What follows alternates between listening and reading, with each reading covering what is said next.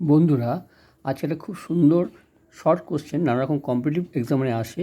সেই অঙ্কটা হচ্ছে p/16 = 4/√p এরকম দেওয়া আছে। তাহলে আমাদেরকে p এর মান বের করতে হবে। তাহলে আমরা কি করব? প্রথমে অঙ্কটা লিখে নেব, p/16 = 4/√p লিখে নিলাম।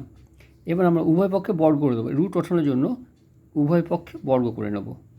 উভয় পক্ষে স্কোয়ার বা বর্গ করে পাই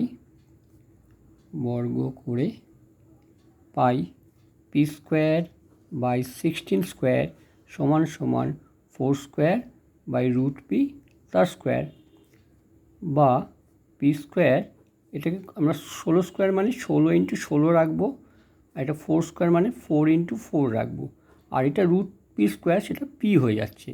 এবার কোনাকুনি গুণ করব, বা p² × p = 4 × 4 × 16 × 16, বা p³ পেয়ে গেলাম এদিকটা, আর এদিকটা হয়ে যাচ্ছে 4 × 64, আর একটা গুণ করলে 64, বা p³ = এবার 64 মানে হচ্ছে 4³, আরেকটা 4³, বা p³ = 4 × 4 তার কিউব হয়ে যাচ্ছে, বা p³ = 16³, বা p = 16। সহজে আমরা লিখলাম।